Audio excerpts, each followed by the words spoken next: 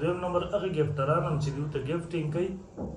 د هغې د وجې نه دوی ته حوصله میلاویږي او دوی نور هم په دا فحاشۍ او بېدینۍ کې ورننوځي نو هغوی د دوی سره په دې ګناه کې یوازې شریک نه بلکې بنیاد یې هم دقه خلک دي کرام چې دي د منبر او محراب خاوندان دي هغه ټولو باندې زه اواز کوم غږ پې کوم چې په دې وخت کې د دغه فحاشۍ د دغه بې حیایۍ خلاف اواز اوچت بسم الله الرحمن الرحیم ملګرو نن 8 دسمبر 2025 دی شینام خان دی مشهور شخصیت دی تاسو میډیا باندې تاسو ګورئ نن زموږ مرکز امام اعظم ابو حنیفه رحمه الله پېښور ته راغلی و زما دوی سره رابطه هم وي تاسو به وینئ چې په دې وخت کې په میډیا باندې خصوصا په ټیک ټاک باندې د فحاشۍ او بېحیایي یو ډېر لوی طوفان برپا دی دوی د هغې په خلاف باندې یو ډېر عظیم جهاد روان کړی دی او مسلسل دا کال دوه دوی یو تحریک وچلو په هغې کې د ډېر حده پورې الحمدلله دوی ته کامیابي میلاو شوې هم ده الله تعالی دې مزید کامیابی دې ورنصیب کړي هغه چې دوی د بعضې مشکلاتو سره پکې هم مخامخ شوي دي مقدمات قسمه قسم وغیره خو بهرحال انشاءالله ورځ دوی به زړونه غټ ساتي موږ به هم ورسره وو د الله تعالی نه به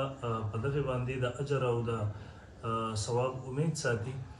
او زموږ څومره علما کرام چې دي د منبر او محراب خاوندان دي هغه ټولو باندې زه اواز کوم غږ پې کوم چې په دې وخت کې د دغه فحاشۍ د دغه بې حیایۍ خلاف اواز اوچت کړي دې وخت کې دومره یو خطرناکه وبا روانه ده چې کلیام راځي په هغې باندې بې حیایي کوي خپل ځانونه بربنډوي په هغې کې بیا شراب وغیره ایس دا قسمه څیزونه راوړي نو زموږ نوی نسل د تباهۍ په لاره د دې په ذریعې سره روان دی د کوم قوم نه چې د الله مدد اوچتېږي د هغې مین بنیاد همداسې وي د عمر فاروق رضی الله عنه دور کې چې کله فارس فتل کېدل په دغه وخت کې هغه خلکو دغسې زنانه راولېږلې ښایسته جنکۍ چې دا بربنډې شي او مسلمانانو منځ ته ورشي معاشره کې فحاشي خوره شي د الله مدد به اوچت شي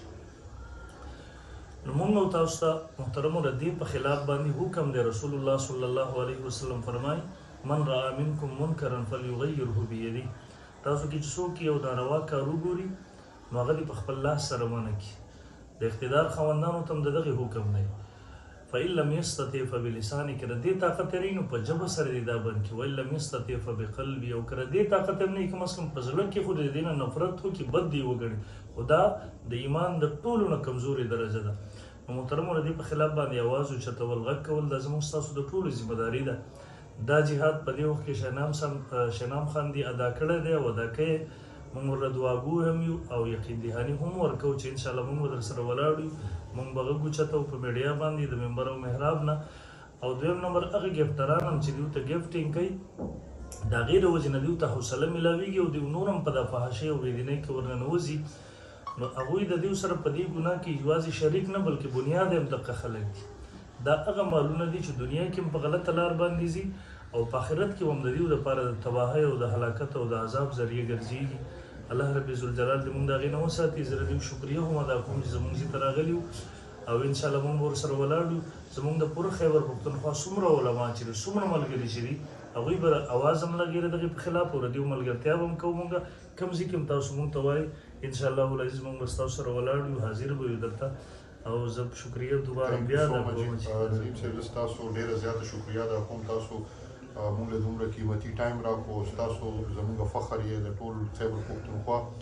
الله تعالی تاسو له ډېر علم درکړی دی پوهه درکړې ده او زموږ دلته د راتلو مقصد هم دا و چې ستاسو په شانتې پوهې خلک قابلان خلک پښتانه درانه پښتانه چې هغه په عزت په پښتو باندې پوهېږي او د اسلام نه خبر وي چې هغوی موږ سره ودرېږي او زه ستاسو ډېره زیاته شکریه ادا کوم چې تاسو موږ ته کومه حوصله راکړه تاسو موږ ته کوم ډاډ راکړو نو دا زموږ دپاره ډېر غټ د فخر خبره ده چې موږ سره دومره ښکلي خلک ولاړي نو انشاءالله چې څومره غټ فحاشي کوي یا څومره غټ سړی ځان ته څوک وي هغه زموږ د راروان نسل دپاره د اسلام خلاف د پښتو خلاف رواني نو موږ به انشاءالله په شریکه د هغه مقابله کوو زه ستاسو د ډېره زیاته شکریه ادا کوم مهرباني